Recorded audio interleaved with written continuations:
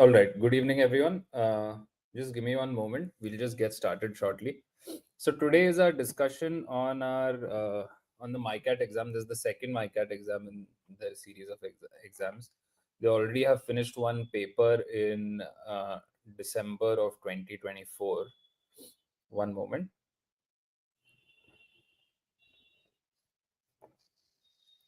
So they've already right. They've already covered they've already sort of shown us their hand. They've told us what kind of questions would be asked. So what I'm doing first is, let's start with the first slide here. This is an analysis of the MICAT, the first paper that they had in December of 24.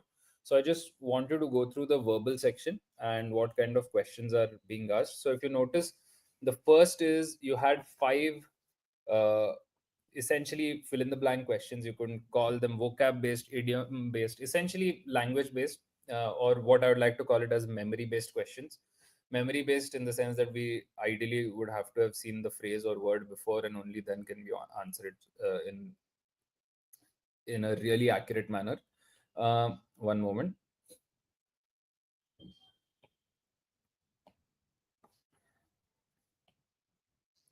Right. So the fill in the blank questions are five, and they're considered moderate to difficult. They're considered moderate to difficult, around 80 words. So you know that the fill in the blank question is also around, like, it has a level of difficulty that we need to prepare ourselves for. The other question types, if you notice, are common. You've seen them, but we usually don't see fill in the blanks and vocab based questions considered moderate to difficult unless it's, let's say, that, right? Or we can consider some exceptions in NMAT and SNAP as well. Okay, the parajumble question type, we know. Sentence completion, we know. Grammar. By what I mean by we know is, if you've taken any of the MBA exams in this academic year, you will have in some way prepared for at least more than half of these question types. RCs are reading comprehensions, which have inference questions in them, which we have practiced. Here they've asked inference questions as separate.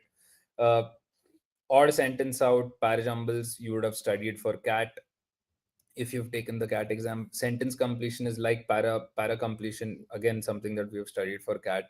Grammar, you've studied for NMAT, SNAP, and the other exam types. So the question types are fairly common, but what you'll notice is an attempt of 8 to 10 is considered good. One of the challenges is that you have 80 questions to. There are three sections to the exam. There's a psychometric test, there's a written exam, and there is a MCQ based paper. MCQ based paper has 80 questions and it has 120 minutes, uh, or it has a minute per question. So 20 questions, you have 20 minutes of time, right? So an attempt that is considered worthwhile, at least based on the prior exam, is 8 to 10. I would say anywhere close to 12 would be an excellent attempt. So speed is a challenge as well, right? This remains a challenge for each exam, but if you go for certain exam types where you can less than 50% of the questions that is considered a good attempt, I would say is on the difficult side. Okay, so what I want all of you to do is actually take go through the 2024 paper analysis in detail, right? For preparing for the verbal section of this exam. And then MICAT on their website has provided 3 sample papers. Now, a few questions in today's class I have actually taken from the actual sample papers. But overall, what I want all of you to do is go through the sample papers and determine where you stand in terms of each of these question types. And I've discussed this before, but I'll repeat it nevertheless. The best place to practice any of these sort of other exams meaning apart from CAT and ZAT, the best place to practice for these would be CAT 1992 till 2008. This was a paper-based exam. Do not practice RCs from here. RCs are really hard. So no RCs. But every other question type you can practice from that paper, and the level of difficulty would be somewhat similar. right? This is also a difficult exam. If you notice, the only easy bits are actually the parajumble. That time, like the 2024 parajumble was easy, but usually that question is also not easy. So the level of difficulty sort of lives up, but the RCs in the CAT exam from 92 to 2008 were really hard. So use the previous year papers, solve a lot of questions. Many of the question types you'll notice they repeat themselves. Like you'll find synonym questions which are asked in CAT 1995 being asked as a part of a closed test in, let's say, this year's 2025 MICAT paper. So the questions sort of for grammar and vocab repeat in a cyclical way. You need to have a big pool of questions with you. I've told you how to prepare this pool of questions before. Go through previous year papers, make an Excel sheet. If you have ample number of questions, then you'll find that these topics are relatively approachable. Now, the challenge to get through the speed section of the exam is that you want to make sure that you're selecting the right questions to solve. I would say RC is not a great investment in this scenario. If you have 20 minutes, I expect you to solve the quicker questions for sure, which is like by default, most students would be attempting these questions, even though they may be at least moderate in terms of level of difficulty. So three questions I think most of us would try and attempt because of the time challenge and because of the question types that we have to solve in that time. The parajumble, sentence completion, grammar, these I expect you to solve. The RC is something based on speed. Now, one of the things that you could do is actually the RC, I would say, here they've said three questions are approachable. I would argue that it was four questions are approachable in this RC. I would say that if you want to solve the RC, you should have, I'll give you a timeline to solve the RC in a realistic way. If you are trying to solve the MICAT RC in the exam, in the course of the exam, you're going to make it a part of this attempt of yours. You better have the ability to solve the RC in somewhere close to 6 to 7 minutes, right? Including all the questions. Even though I'm saying that would four questions would mean 50% of these questions. But trust me, when you set a target like this, you're going to end up doing it in somewhere close to 8 minutes, somewhere about around that time. And for the remaining, maybe let's say six questions that you have to solve, then you're going to need the remaining amount of time. So generally speaking, I would recommend you to, if you want to skip a question type, and again, this is a very general piece of advice. It doesn't apply to everyone easily. You have to make sure that you decide for yourself. But I would say attempting the RC is something that I want you to think about, right? And the other thing about this is you should practice solving 20 questions in 20 minutes, right? It's a different kind of challenge. And unless and until you practice this multiple number of times, you aren't really preparing for the exam. You're simply doing question types. So make sure that you do time tests as well. I don't think in terms of fundamentals, many students would need help for these topics by now. Like even if you attend the other questions, NMAT Snap, all the other classes that have been covered online on our channel, you'll figure out these topics, at least their fundamentals by now. So what I expect you to really focus on is speed and deciding which questions to solve, right? So being selective, and this being selective should be based on your strengths, right? So you should know your strengths and you should approach the question of speed with some specific practice in mind. I would say somewhere close to five previous year papers would be a good idea. Okay. So if you have any doubts about this, please ask me. I have a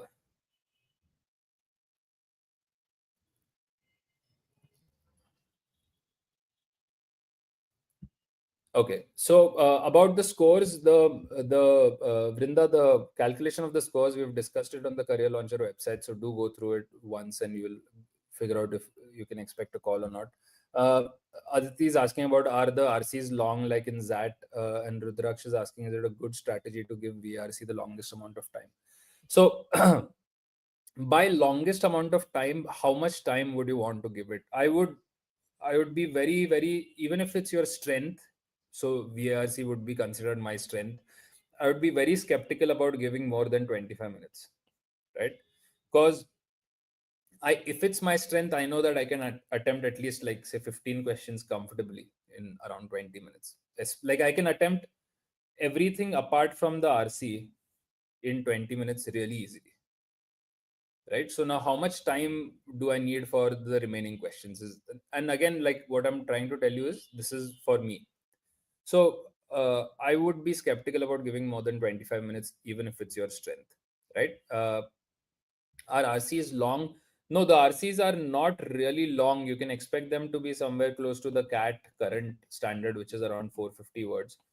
We have one RC today, one question from an RC that we'll discuss to show you the level. When they say moderate here, I really wanted to, apart from, let's say, the vocab aspect, I don't want you to compare this paper to the level of difficulty of ZAT. Even though we are saying moderate, it's not like the ZAT RCs. The ZAT RCs are considerably trickier. Okay, so the only real metric you can use to compare this exam to would be NMAT and SNAP in terms of overall difficulty. Consider it like a difficult year for, let's say, NMAT or SNAP. That would be a decent understanding of the level of difficulty for this exam. Okay, so let's see a few question types. And I know that you've seen these question types before. I've tried to take most of these questions from their sample papers or their previous year papers. Uh, we'll go through the questions and I'll discuss the fundamentals really quickly and then we'll proceed. Right. So the first one is from their sample paper, a fill in the blank question. Please type in your answers, everyone, when you're done.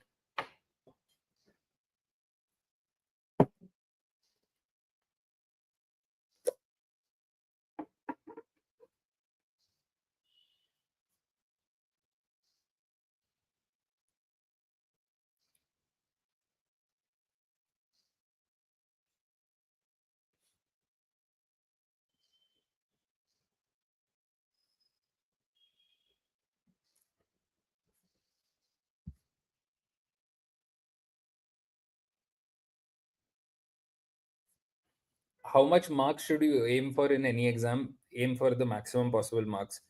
There's, I mean, that's, you knew that answer while you asked the question as well. I'm not, belittling the question. We don't know the actual, even though we have seen MICAT-I, there's no rule ki MICAT-II will be similar level of difficulty. So I don't want you to be like, oh, I'll only solve these many questions. You have to maximize and optimize every time you're taking one of these competitive exams. Kerala's writers, poets, and thinkers did not inhabit dash, cut off from the outside world, or dash themselves from the onus of being in conversation with the public.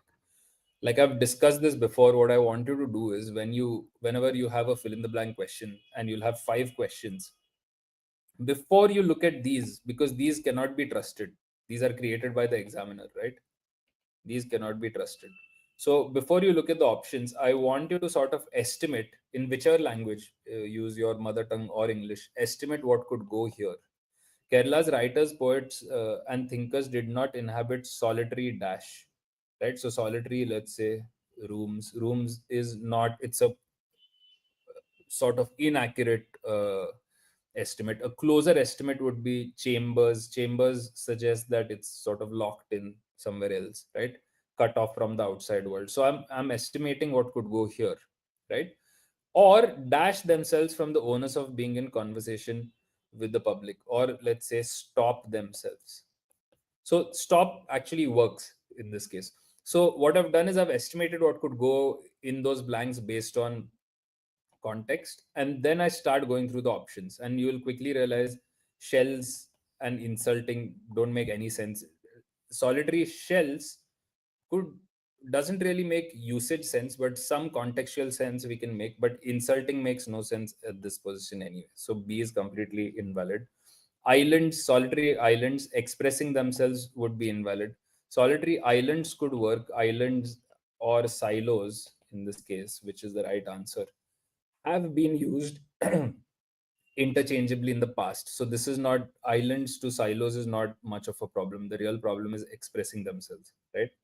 So expressing would be invalid. Insulting would be definitely invalid. Homes here is incorrect. Solitary homes does not make semantic sense, or meaning wise it doesn't make sense. The right answer would be silos and insulating. Silos are essentially long tubes or tunnels in which people conduct their work. Uh, they've been used as a metaphor to be separate from others. and insulating would be again stopping or protecting, right? So the correct answer would be A. All right. Before we move on to the next one, I just want you to remember the process. Many of you would start by thinking ki, oh no, I don't know the meaning of the word silos and that's why I got it wrong. Although this will play some role, I first want you to check whether you estimated the meanings of these words, and then actually the explanation should guide us or direct us in the right to the right answer. Now, when you solve a question like this, a previous year paper question, let's say from CAT, I just wanted to record the meaning of the word silo, how it's used, and actually take a snapshot of the question and like paste it in your Excel sheet. If you want, you can copy the text and keep.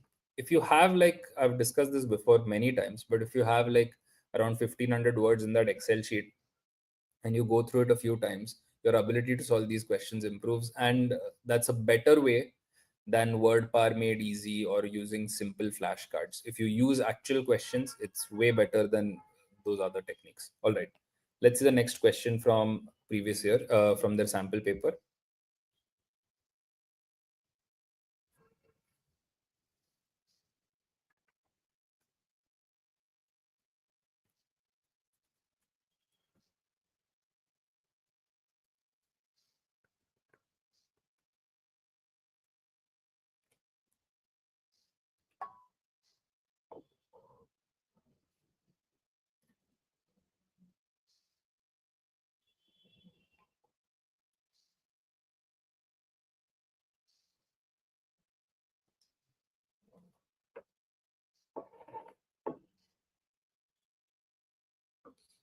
Yes, just type in your sequence.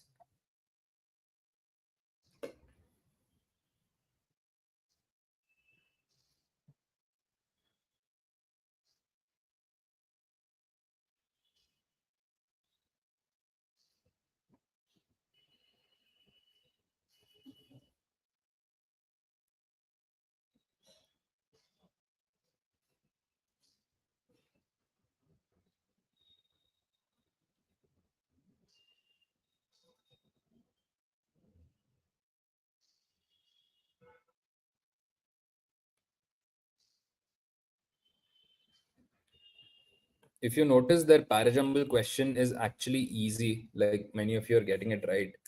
But even though it's easy, I just want to go through the method once, and I've done this before. So if you find that I'm going through the questions a little bit too fast, please go on our channel, go in the live section, and you'll find my classes before. So I've gone through this method several times in case you think I'm going through this really fast. Okay. So always remember to start reading from the last sentence to the top. Read sentence D first, then C, then B, then A. The reason why we do this and the reason why this plays a major role in terms of improving accuracy is reading from A to this or A to D is the worst possible arrangement we can read it in. The examiner has taken something that made sense and then put it in the most confusing order, right? Put it in the most confusing order. So we don't want to read this version of that thing. This is the worst possible order to read the sequence in. So what we do is we start reading from the last sentence up. While reading, what you want to achieve uh, is that you have some clues, something that we call like keywords or sentence connections that will help you put sentences together. Sentence D uses the word they. That tells me prior to sentence D, there should be a sentence where we can, refer to this collective they. Correct. So I already have this keyword. They asked where we would come from and why we were protesting. So I'm noticing what the author is talking about, and I'm also looking for clues, right? Then I read sentence C. We told them, right? So after they had asked, we told them. So generally speaking, we know that sentence C would appear after sentence D. We don't know at what point. And the other mistake that many students do is immediately they'll say DC is a pair, or let's say BD is a pair. But don't determine this until you are through the entire list of sentences. It could be 4 sentences, 5 sentences. Cat has asked 6 sentences. And only after you're through all the sentences, you start making pairs. So they refers to something. We told them is referring to another sentence, possibly sentence D. that we were originally from Tibet, but we are born in India, living here in exile. Uh, B says nearby a group of police officers were sitting in chairs watching us. So a group is key here because it could be connected to they, it could be connected to them. We can't be sure right now. Then A says we told them, again, we told them. We had learned much about what we knew about protesting and using democracy to promote human rights from examples set by Indian leaders during their struggles against British rules. So, Indian leaders during their struggle against British rules was an educative example for the Tibetan people also protesting their own whatever oppression in their own country. So, they asked, this is the best place for us to start, would place sentence B here, which tells us there is a conversation going on between this group of police officers watching this group of Tibetan people. BD is the first pair that we have. BD is talking about we told them where we are from and why we are protesting. So this gives us BDC. And then sentence A about how we learnt about where to protest from and all of that. So BDCA would be the correct sequence. In all of this, I didn't do one major thing, which is I did not look for what sounds like opening or closing statement. This is the easiest trap that the examiner sets for us. They put a sentence which sounds like a good opening statement or a closing statement, and it's oftentimes not the case. So don't go based on what sounds like a opening or closing statement. That's a bad idea. Read from D to A, look for clues, find things that you can make pairs, and then come up with the sequence. BDCA is the correct answer, as I can see some of you have gotten it right. Okay. One moment. Oh, all right. So, about inferences, let me explain what an inference is before we actually proceed to solve the question. So, an inference is a conclusion based on one or more facts. Okay. So, let me give you this example that I've commonly given before, which is, let's say, dark clouds in sky and water in streets. Right? Suppose you step outside your house and you see dark clouds in the sky and water in the streets. Putting both those facts together, you can infer that it has rained. Rained meaning in the past it has just rained. So notice here that we needed both the clues. We needed dark clouds in the sky and water in the streets. If we just had one clue, this conclusion would not be possible. If you had one clue, this is just an example that I'm trying to give. If you had one clue, maybe you can say there's more humidity in the air, right? This could be a valid inference from just one clue. But remember the inference process. We need facts, one or more facts, to come up with a new conclusion. We have come up with this conclusion. This conclusion was not there in the original set of facts. That's what an inference is. So this time they'd asked two different inference question sets. So we'll try and look at some inference questions. Let's look at this question. Please get started.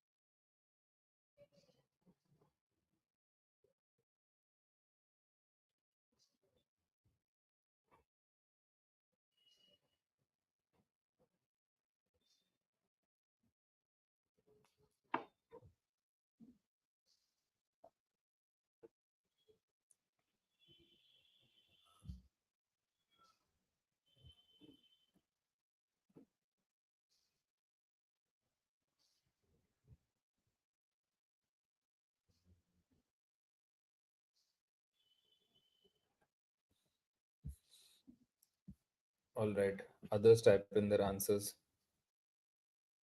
What do you think could be the answer?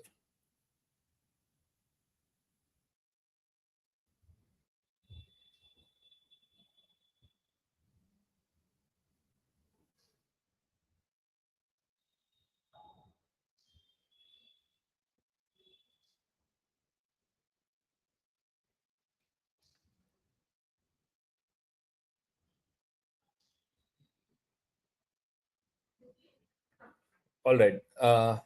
So let's start with the passage first. I'll go through the passage really quickly. I've written CR in the bracket because that essentially stands for critical reasoning, essentially a question type that is asked in many verbal uh, parts of MBA papers. Uh, if you want to look for specifically inference questions from previous year papers, look for critical reasoning questions from CAT and MAT SNAP would be a little hard to find, ZAT, etc. Okay, so the company encourages its managers to interact regularly without a preset agenda to discuss issues concerning the company and society. So we are told the kind of discussions that take place in this company. This idea has been borrowed from the ancient Indian concept of religious congregation called satsang. Designation. So where the idea comes from, borrowed from satsang.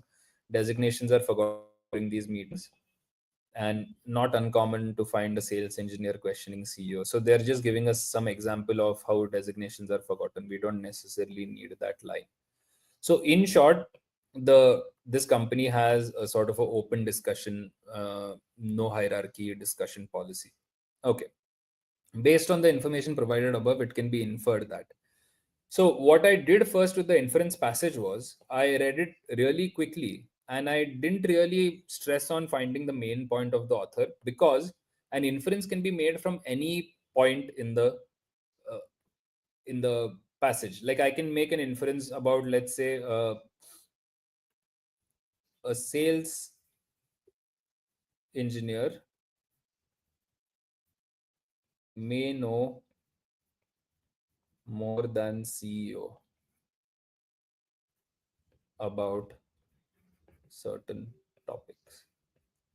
This would be a sales engineer may know more than the CEO about certain topics. That's what I've written. Uh, this would be a valid inference. And this would be a valid inference just based on the last sentence or the sort of example of the author. So, my point is that an inference can be made from at any point in the passage. So, it's not really helpful for us to stress too much upon finding the main point of the author. We should roughly know it, but not specifically. Then we should go and look at options once we've figured out what the author is talking about. When we look at options, we want to make sure that every word that is used in the option is justifiable or can be concluded, can be inferred, or can be concluded from the passage. So the company is concerned about, so far we can say something, its reputation with its employees. So this doesn't seem to be the reason why this is being made. So reputation is the exact reason why option A is invalid. To maintain accuracy, always be methodical, always be specific about your choices, not generally ki yaar option A sounds incorrect. That's not the best way to approach these questions.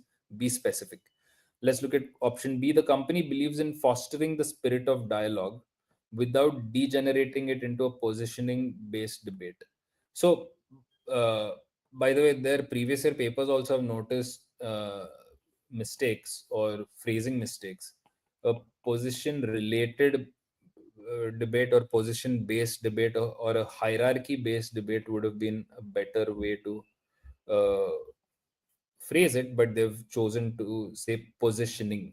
But apart from this sort of syntactical or semantic mistake, option B sounds correct. It doesn't have any problem with it. Fostering the spirit of dialogue is right. C says the company had some interpersonal problems in the past due to which it felt the need for these corporate satsangs. So, interpersonal problems in the past. Nothing in the passage for us to make this inference, nothing in the passage for us to make this inference. All of these would be obviously incorrect. The right answer here is option B. All right. Great. So I like that everyone is trying to answer, and I can see decent accuracy. I've chosen questions so far, at least from previous year papers. So we know that the level of difficulty, at least based on what we have seen so far, seems to be matching, right? What we've seen so far, based on this is on the CL 2025 exam analysis page, the December paper. This is based on the December paper. So we are seeing questions which are similar to the level of difficulty that has been asked. Let's look at question 4. Another inference question. We know the process, we know how to solve it now. Let's get started.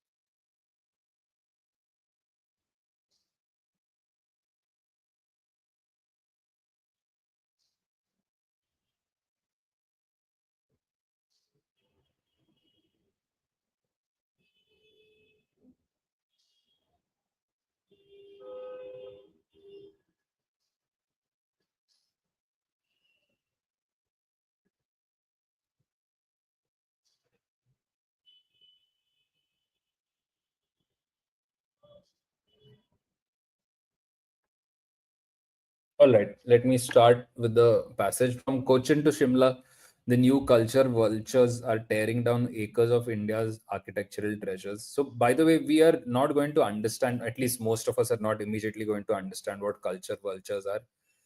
Tearing down acres of India's architectural treasures, we can sort of understand what that is. Ancestral owners are often fobbed off with a few hundred rupees. Again, fobbed off may not be known to many students, for an exquisitely carved door or window, which fetches 50 times that much from foreign dealers, and yet more from drawing room of sophisticates of Europe's and US. So this part of the passage actually explains to us what's taking place clearly, or explains to most of us what's taking place. Uh, they source some architectural treasure for a few hundred rupees and they sell it to Europeans at a much higher cost. The reason for such shameless rape of Indian architectural wealth can perhaps not wrongly be attributed to the unfortunate blend of activist disunity and local indifference.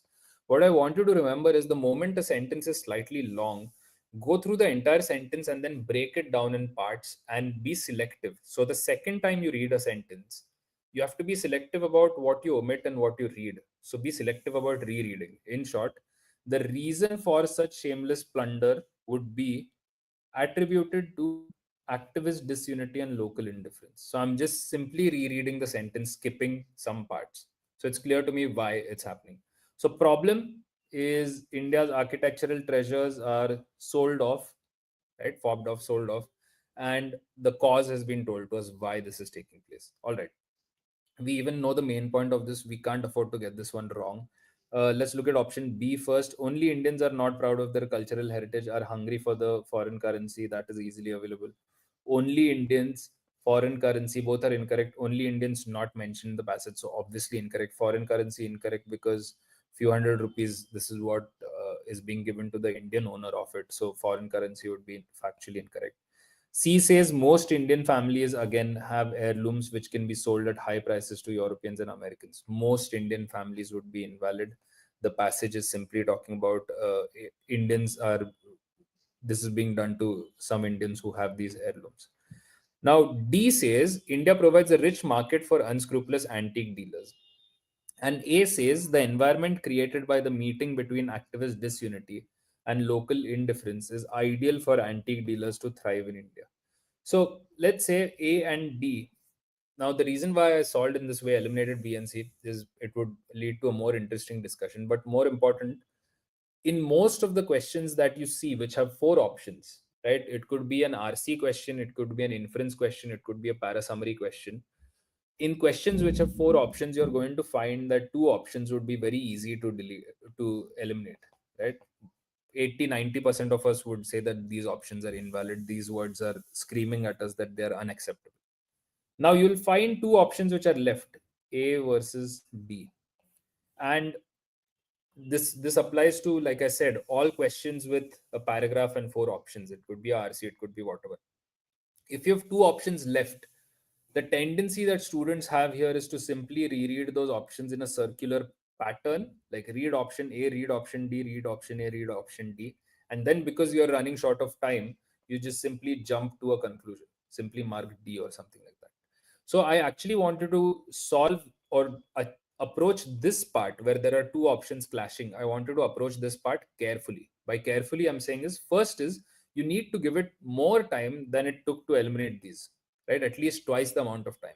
So you carefully look at option A and option D and decide which parts are difficult to accept. Like the environment created by meeting between activist disunity and local difference is the reason is the reason would be acceptable. Is ideal is a little problematic. Is ideal is like saying is the only reason or main reason. Now we don't know what the main reason is. There is one reason given in the passage, the reason. We don't know if it's the main reason or the only reason. So ideal in terms of opinion is a little problematic. Similarly, a rich market, this is the word that I was looking for, is a little problematic. A rich source based on the context here, ancestral owners are often fobbed off. India is being used as a source, right? So based on the context of the passage, India is being used as a source. So I know option A is the better choice. Option A is the correct choice. Important thing in the current question that I discussed is when you reach a point where there are two options and you're trying to figure out between competing options. I wanted to invest slightly extra time and instead of rereading the options in a just a mindless cyclical way, compare certain words in the options and decide which option to select. All right. So, like someone has already said in chat, ideal is problematic, but rich market is incorrect based on the context of the passage. So, A is the right choice. Let's look at a parajumble odd question where, if you notice again, let me just,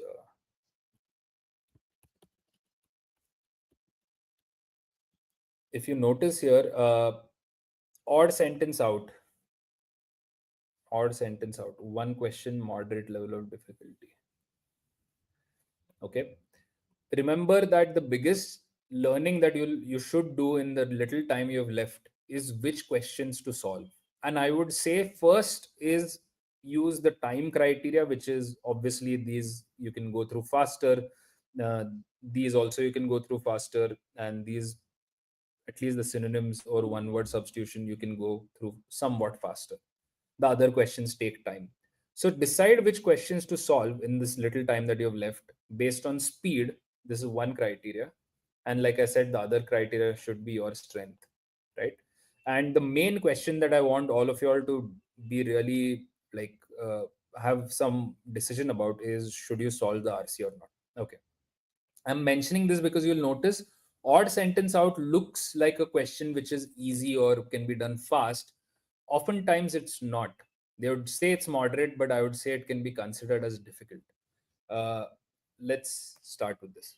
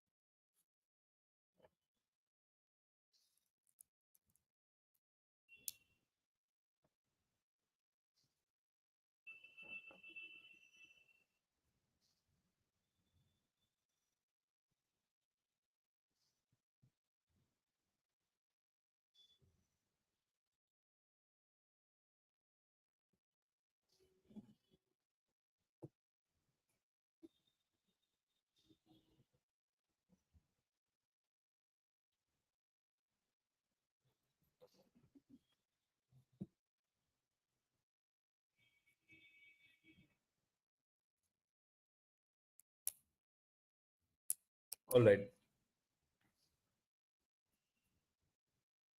Let's think of how we can approach this question. The same process we read from 5 to 1, and I'm looking at the same clues. What I'm going to have by the end of the solving process is based on the difficulty of this question.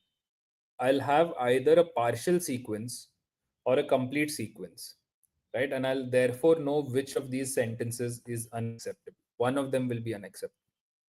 But I can only know if I construct a part of the sequence or the complete sequence, right? So let's first look at 5. Apart from an annual punt on the Grand National, I steered well clear. So apart from an annual action, right? Since this is, look at what I'm doing firstly in terms of comprehending or simplifying stuff, this process is important. Apart from an annual action, since I don't know what punt would mean, like let's operate with the idea that we don't know what punt would mean or what Grand National is. So apart from one annual action, I steered well clear. So the author is saying I stayed away from something apart from doing it once annually. 4 says, certainly that was my view. Now, that is referring to some view. Prior to sentence 4, we should have a sentence which has some specific view.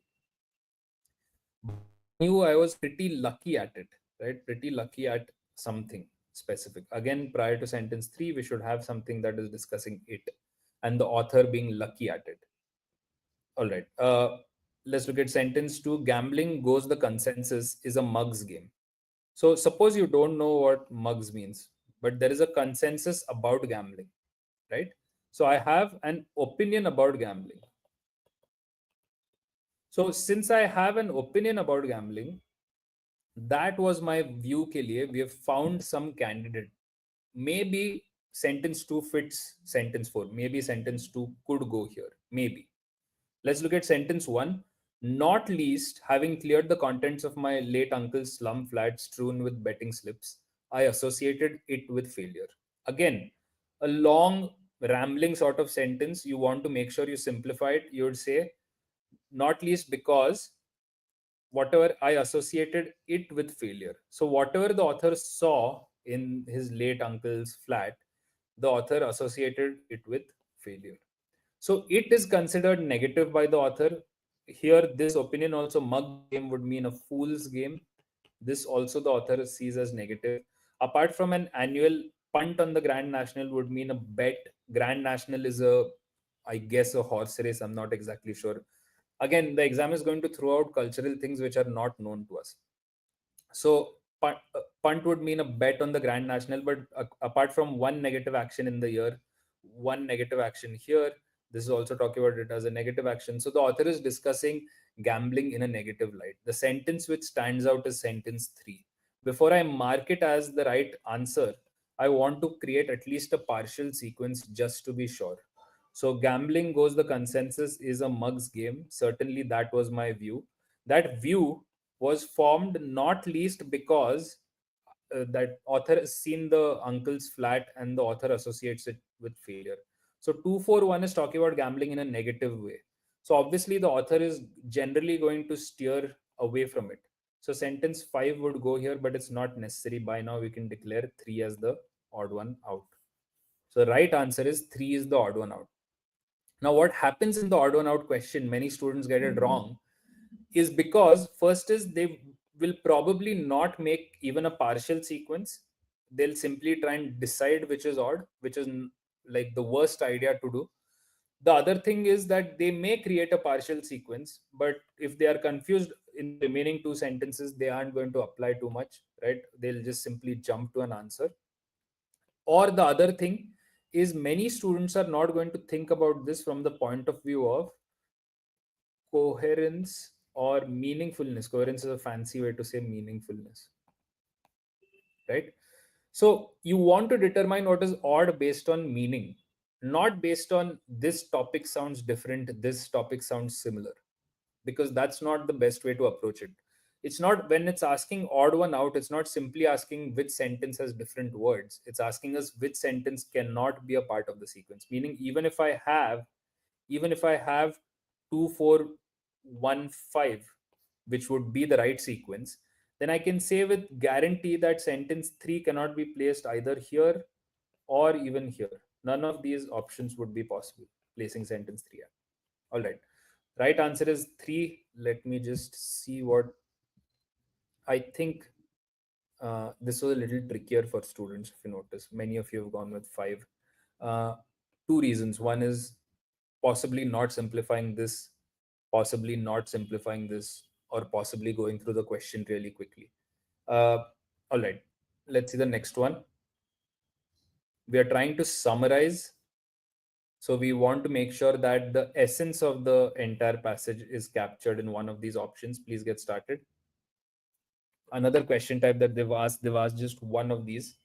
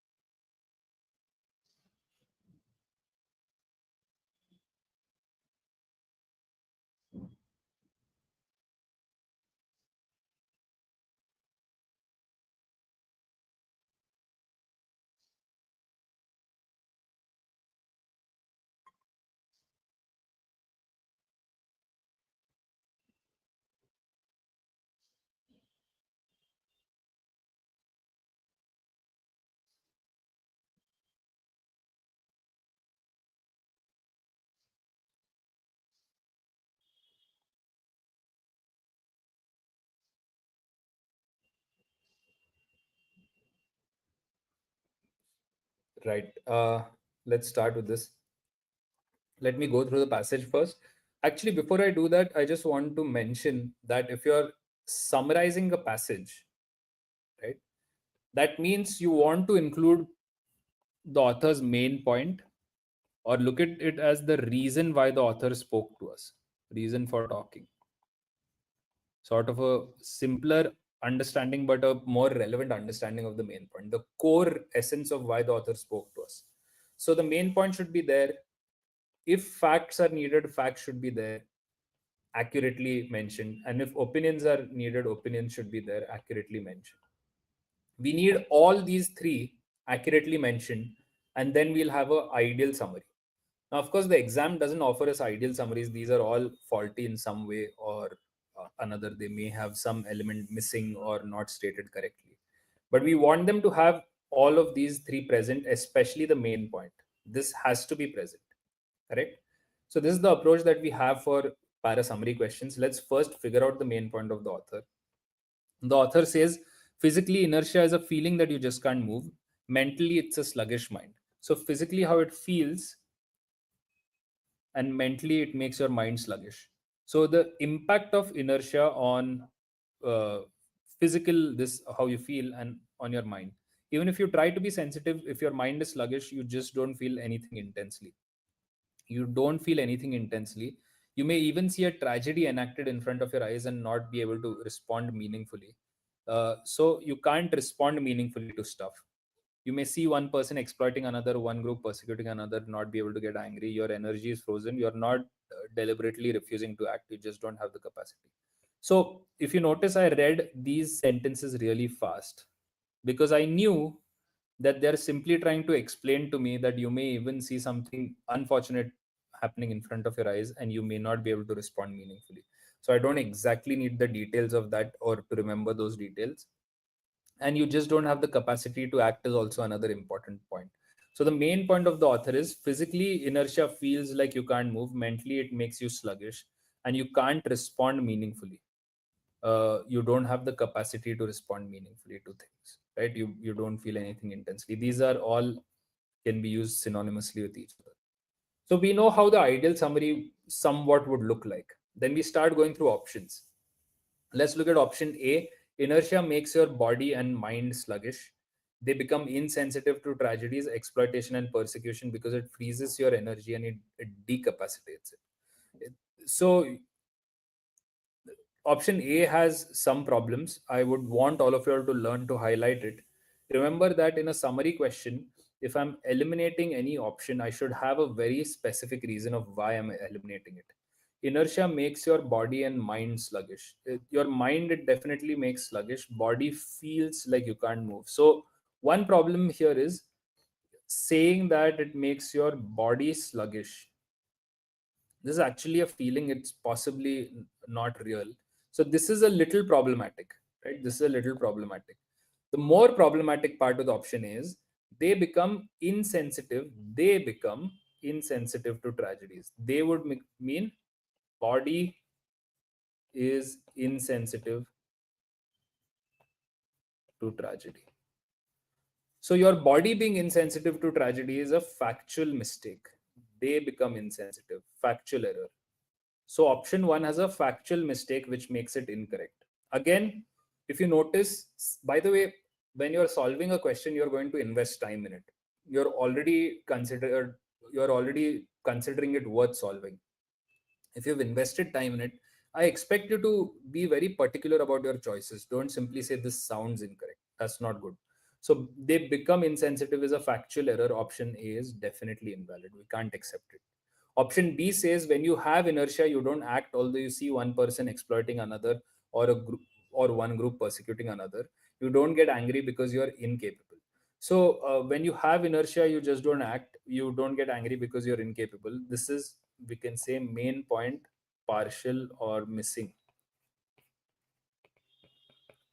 That distinction between physical inertia and mental inertia not given. How it acts out in reality not given. So main point, partial or missing. Options A and B are incorrect. Again, we have specific reasons to eliminate options A and B. Option C, we can eliminate option C with one word. Can someone tell me what is the one word? Aditi, Shivam, you've gotten the answer right. Nitya, Sarthak, what do you think is the Rudraksh? What do you think is the one word which will help us eliminate option D? Option C. Sorry, option C, not option D. Type, Aditi, absolutely right. Inertia is of two types. This was not stated. This is a factual error. The inertia could be of multiple types. We don't know from the passage. And again, the passage is saying physically inertia is one thing, mentally it's another thing. But we don't know that it's of only two types. This suggests, by saying two types, this suggests three types not possible. So this would be an invalid inference to make. Three types not possible from the passage. So A, B, and C are invalid. D is the right answer. D tells us physical inertia stops your body from moving. Mental inertia freezes your mind. Both are accurately stated according to the passage, and stops your mind from responding meaningfully to events, even tragedies in front of you. So option D is the right choice. Great, those of you who got it right, really good. Okay, so let's try a sentence correction question. This is, please go through the question and type in your answers.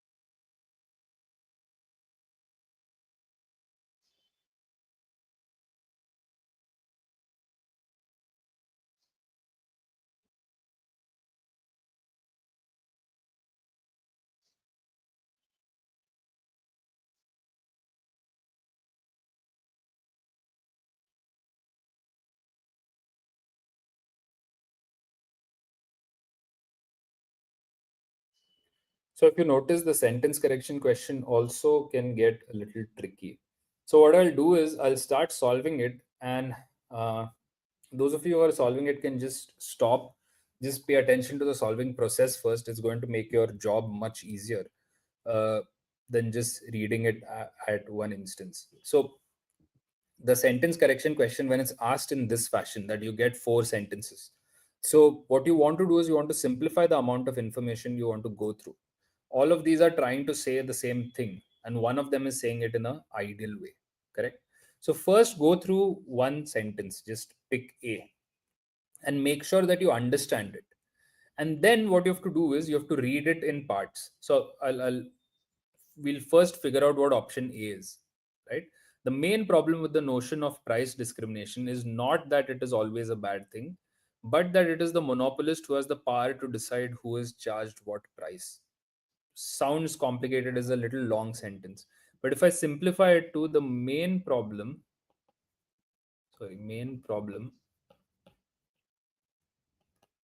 is not X but Y. So in this case, fortunately for the sake of our discussion also, this sentence can be really simplified. So the main problem is not X but Y. This is what the sentence is trying to say. Now that I've understood this is what the sentence is trying to say, I'm going to match the sentences and read them. So I'll give you an example. So the way to do this would be, we read sentence A as the main problem with the notion of price discrimination, the main problem with the notion of price discrimination, the main problem with the notion of. You can go through it like this, but what I suggest you to do and what I notice is the quickest is just to do two sentences at a time. The main problem with the notion of price discrimination is that it is not always a bad thing, is not that it is always a bad thing. So this is already a little confusing. Okay, which is better? And I know option B is better, but some students might be a little confused. So we continue to look for differences, but that it is the monopolist who has the power to decide who's charged what price, but is missing here. So we know, let's say that option B definitely has a problem. Now let's read option A and C. The main problem with the notion of price discrimination, this is the same, is that it is not always a bad thing. So main problem is not X. We want to say main problem is not X but Y. So option A is already doing it better than option C is already doing it better than option A. C seems to be better than A so far. So let's compare C and D now. So the main problem with the notion of price discrimination is not it is always a bad thing. Is not that we had to say. So that has been skipped or eliminated in option D. Right answer is option C. Correct. So we figured out what the sentence meant. Aditi got it right. Others also can try and solve it. It's a tricky question. We figured out what the sentence means, and then we sort of read each sentence one by one, just for you to remember the method. Okay, so this is the last question that we are discussing. I know it's a slightly longish thing, but I just want you to quickly go through this to realize their actual level of difficulty of the RC. This is from their sample paper, right? So this is the kind of question we can expect.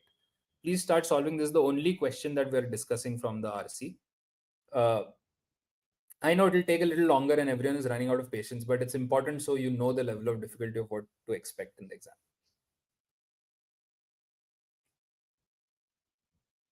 The passage starts from here.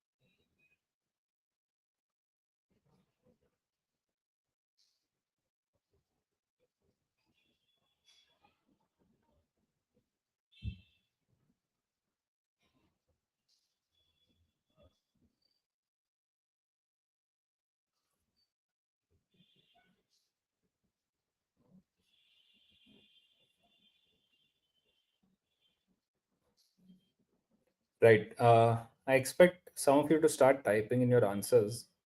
Um, so I know some of you are still solving, so let me at least comment on the passage. The passages are not as such difficult. One of the reasons why I think generally people feel MICAT passages are moderate to difficult, or at least moderate, is because of the time crunch that they have. It's not exactly a really easy passage. There's a lot of information in brackets. A lot of information has been omitted by the examiners themselves here. You see these ellipses. So some information has been skipped out by them. So there's some loss of context also. So it makes the reading a little bit challenging, but not really a difficult passage. Someone was asking about passage length also, not really a long passage. So readability of the passage, I would say, like, would be average or moderate. The question also in this case is sort of, I would say, moderate. It's not easy. What is the purpose of using overseas locations in films like K3G? We know that this is going to be answered more simply from this part of the passage, especially. A part of the spectacle of wealth and glamour, London is location for essentially for people to dream uh, foreign dreams, right? But then the author says overseas is a site of exile, a temporary place, and a brother's quest to bring his older brother home is a clear reference to the Ramayana. So there is still some idea that, oh, we should return home, that is expressed by the author, right? So we know the overseas locations are sort of to talk about the fact that the characters may want to return home, but is also to show a idealized lifestyle. Okay. So notice again a very important habit that I have and you all should cultivate is after reading the question, I didn't go to the options immediately and try and answer it from memory. This is not a good idea. I quickly went through the area where it's likely that the option would have come from, and then I start going through the options. A says to show that New India has arrived on global stage. New India has arrived on global stage is not why overseas locations were used. So arrived on global stage unacceptable, A is invalid. Let's look at option B, to set up a vast difference between perceived shallowness of the West and the worth of Indian values. This is actually perceived shallowness of the West. If you looked at it here, overseas locations are used as part of the spectacle of wealth and glamour, and location for romance, placing consumerism and lifestyle at the heart of romance. This is actually saying the movie is using wealth and glamour and romance as a positive thing, whereas perceived shallowness is not implied here. Right here, perceived shallowness has not been implied, so perceived shallowness is invalid. This idea of, let's say, perceived shallowness versus Indian values, worth of Indian values, not being discussed in the passage.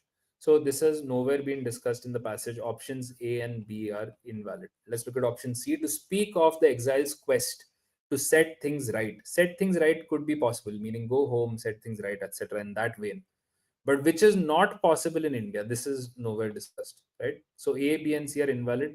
To highlight that Indians are not comfortable living and working in the West, to suggest that there is some turmoil, some inner turmoil, the brother's quest to bring uh, his brother home, right? Or here, uh, the second generation born and sorry,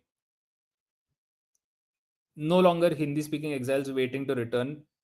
The right, this was the line that I was looking for. The father dreams of returning to homeland, but the children have no such intention. Right, brother's quest to bring older brother home. So the reason why we are going with option D is that options A, B, and C all have some factual errors, right? And option C is the only, sorry, option D is the only option which comes close to the right answer. So to bring our class and discussion to an end, what I want to point out is the RC is not really difficult. We can consider it moderate in terms of readability. I would say easy to moderate.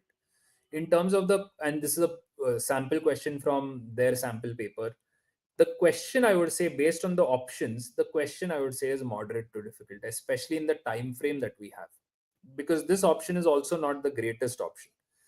We need to say two things to highlight that Indians want to show wealth and glamour, and they want to show brother's quest to bring his older brother home. We want the option to have both these elements, right? Whereas option D has only one element, which is bring his brother home. So option D is also flawed, but it's way better than options A, B, and C. Okay. So the real decisions that I want you to make, by the way, we'll have a detailed analysis at 3 p.m. On Sunday. So expect that you would be getting a decent idea of where you stand after the exam, right? Can you suggest some topics about the descriptive part? I'm very nervous about that. So I'll actually, uh, before I bring the class to an end, let me quickly just highlight a few things. Please go through the methods that I've discussed in class for each question type. Try and follow the method.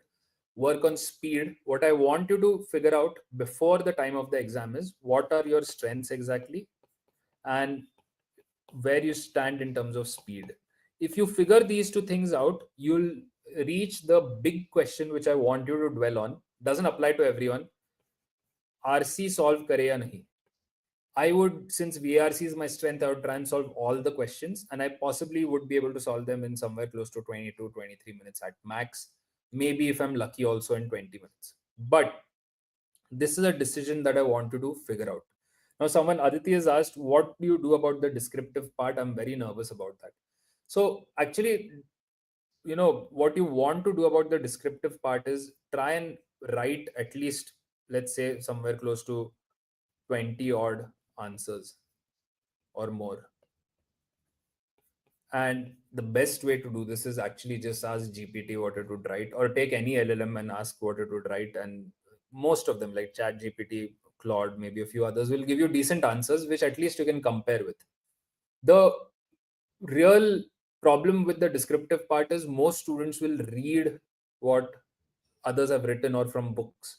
If you write 20 answers, you're trying to express yourself, and this is the most important challenge that you'll overcome. Yes, it will be flawed, but if you read an ideal source, let's say Chat GPT, after, you can compare and you can see where you could have done better. But at least practice expressing yourself 20 times. That would be really important. So rather than sources, Aditi, I just want you to use previous year papers. There are ample previous year papers which have descriptive parts. Different exams have descriptive parts, writing ability tests. So go through those exams, get those topics. There's a bunch of topics. You'll find like somewhere close to 50 odd topics really easily online. But the real way to make any gains is to practice writing them several times. All right. So remember to log in, you'll get a good idea of where you stand after the exam. Remember to figure out where you stand in terms of your strengths and weaknesses and which question to solve and skip. That's going to play a really important role. So with this, let me bring our MICAT discussion to an end. Thank you everyone for logging in. And if you have any other doubts, please put them in the doubt section in the comment section, and we'll be glad to respond to those or clarify those, right? So thank you everyone for logging in, and I'll see you. All the best. Thank you.